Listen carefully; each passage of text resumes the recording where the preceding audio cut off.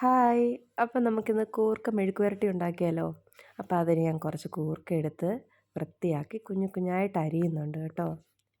നമ്മുടെ ഇഷ്ടത്തിന് അരിയാം. ഒത്തിരി ചെറുതാക്കണ്ട കൂർക്കയ്ക്ക്. ദേ ഈ ഒരളവിലാണ് ഞാൻ അരിഞ്ഞെടുത്തിരിക്കുന്നത്.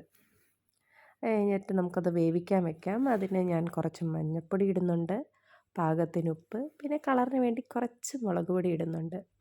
പിന്നെ ഒരു ടേസ്റ്റിന് വേണ്ടിയിട്ട് ഞാൻ തേങ്ങ കൊത്ത് അരിഞ്ഞതിടുന്നുണ്ട്. ഒന്ന് തിളച്ച് കഴിയുമ്പോഴേക്കും അതൊന്നിട്ട് ഇളക്കി വെക്കുക.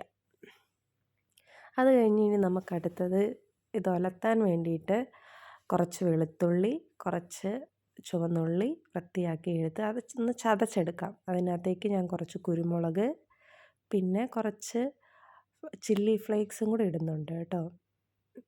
അപ്പോൾ ഇത് രണ്ടും കൂടി ഇട്ട് നന്നായിട്ടൊന്ന് അതിൻ്റെ കൂടെ ചതച്ചെടുത്ത് കഴിഞ്ഞിട്ട് ഒരു പാൻ അടുപ്പത്ത് വെച്ച് നമുക്കതിനകത്തോട്ട് കുറച്ച് വെളിച്ചെണ്ണ ഒഴിക്കാം.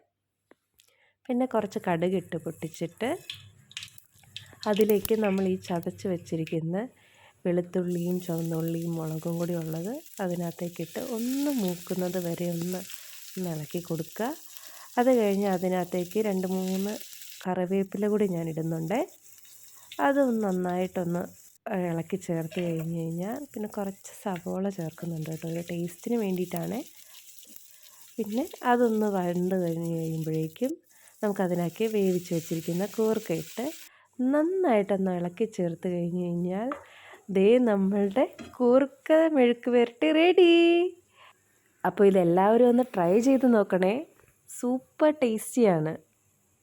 വീഡിയോ ഇഷ്ടമായാൽ എല്ലാവരും ലൈക്ക് ചെയ്യാനും സബ്സ്ക്രൈബ് ചെയ്യാനും മറക്കരുതേ.